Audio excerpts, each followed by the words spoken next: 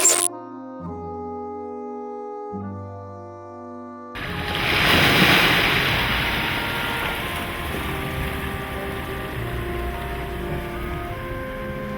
á escola de pequena. Me acordo de haber ido á escola de pequena, pero antes a escola xa te metían cando eras grande, non como agora. Tiña, pois non sei, 5 ou 6 anos, cando había unha escola en San Tomé, que puñía a mesma profe que despois puxo un pouquiño máis adiante, xunto á fonte. A ver, Victoria, dime los Reyes Godos, por exemplo. Eu puñeme de pé e facía... Non era capaz de falar, daba por timidez ou polo que fose, bueno, ya sei que la sé, pero me lo vas a escribir 2 veces en un papel. Para que demostrara que a sabía. Tiña que deixar ali o libro, sacar unha folla de libreta e escribirlo. E se non sabía la lesión, a min teñeme mandado hasta 50 veces repetir a mesma lesión en un papel. E a miña nai me daba cartos para as libretas para facer as lesións de castigo. Os papeles de estraza, os cartuchos da fariña, os das cousas así, aproveitábamos todos. Ela nunca tiña cartos para lápices e para libretas. Tiña que andar a pedir aos outros compañeiros ou unha tía. Compraba algún, tiña na casa e depois daban por mí. Os papeles todos que levábamos, papel de estraza, dos cucuruchos, de todo canto facía unha tienda, todos quedaban colgados no baño da escuela, nun alambre que había ali, eran os que se usaban na escuela. E a escola tiña baño, pero era unha cañeira debaixo, que non era agua corriente como hai hoxe, con cañerías.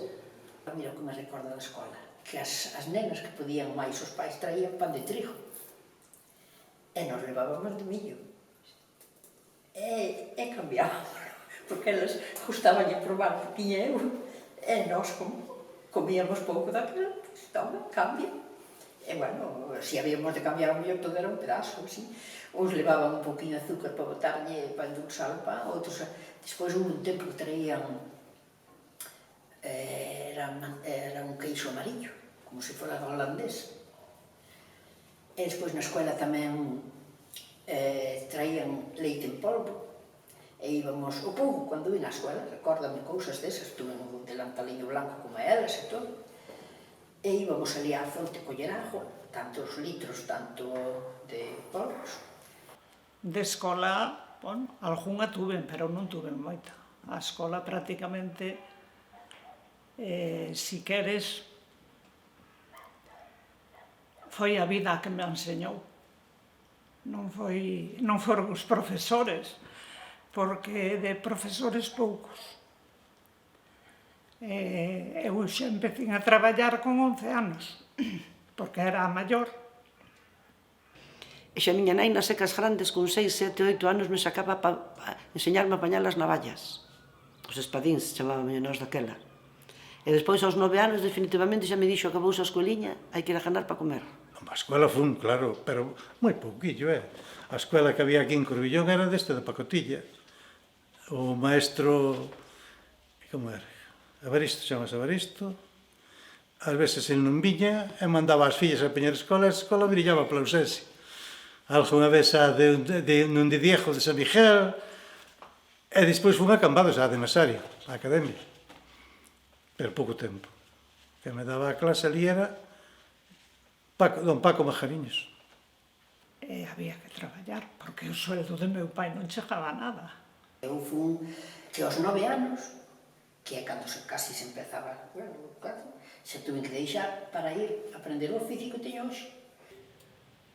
A necesidade era tan grande que hasta os rapaces íbamos para a escuela e a veces non íbamos á escuela porque non tiñamos que vestir. A escola fun pouco, meus irmáns xa foron máis.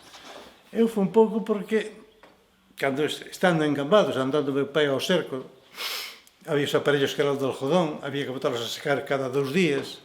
Eu xa andaba tirado polo muelle de 11 anos, cando tiña que ir á escola, e tiña que estar palmeando os aparellos á vez. Meu pai foi á escola, dixo a Nasario, Lucho, que era o jefe, que lle pedira permiso para entrar na escola agora que fora, a calquera hora. E un día fui cheguei ás 11 da mañá e botaronme fora, salín contento que indo da escola. Meu pai colleume polo van e de volta para a escola.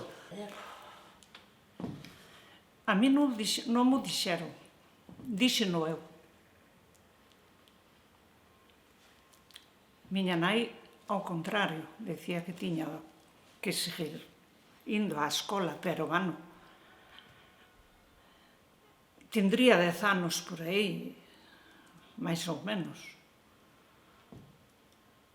E dixenlle, no, mamá, hai que ir a traballar, porque aí se vía que facía falta na casa. E ela decía, como vas ir a traballar que ti eres moi xoven? Non, pero eu tiña moito corpo, que ainda que era unha nena xoven. Ti dixécheme un día que che deixei unha foto, pero eu con aquela foto tiña 14 anos.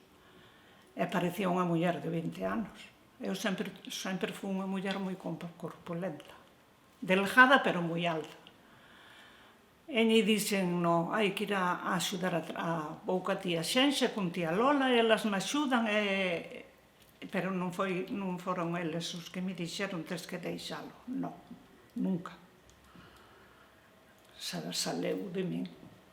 Aos que íbamos a traballar de día, puñenos clases particulares de noite, homes e mulleres.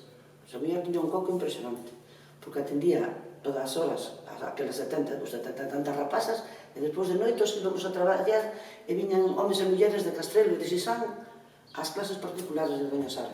Porque despois mandaronme á escola de noite, á clase de noite, chamábase unhas clases que tiña ela aparte, a profesora esa. E aos 14 anos ainda que tiña o EGB. Bueno, que no total nunca mo pediron. Non, por qué? Porque non fun a ningún traballo que o pediran, que o exigiran, pero tuve non.